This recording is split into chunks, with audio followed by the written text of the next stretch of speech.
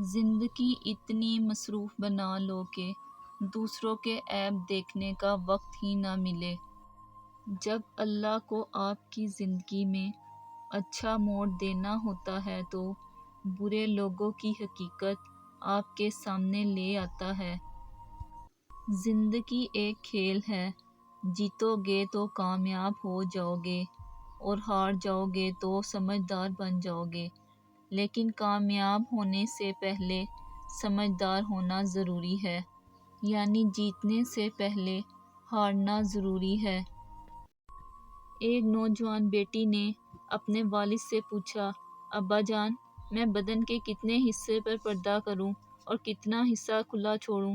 والد نے جواب دیا، بیٹی، بدن کے جتنے حصے پر جہنم کی آگ برداشت کر سکتی ہو اتنا حصہ کھلا چھوڑ دو۔ اس بات کا یقین رکھو کہ جنہوں نے آپ کو بے سکون کیا ہے وہ پرسکون ہونے کی جتنی بھی اداکاری کر لیں، سکون میں وہ کبھی بھی نہیں ہو سکتے۔ اچھے لوگوں سے بھی غلطیاں ہو جاتی ہیں، اس کا مطلب یہ نہیں کہ وہ برے ہو گئے، بلکہ اس کا مطلب یہ ہے وہ بھی انسان ہیں۔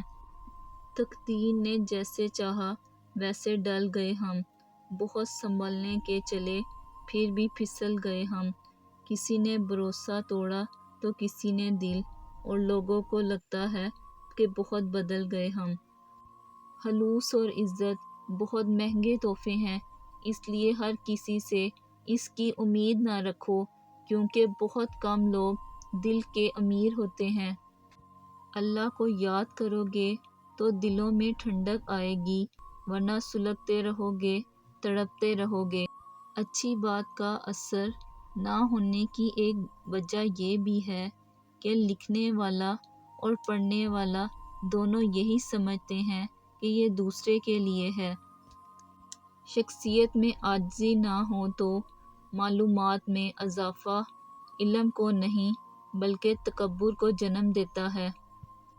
کبھی کبھی کسی کے الفاظ ہمیں اس قدر چبھتے ہیں، ہم چپ ہو جاتے ہیں اور سوچتے ہیں کہ ہم واقعی اتنے برے ہیں۔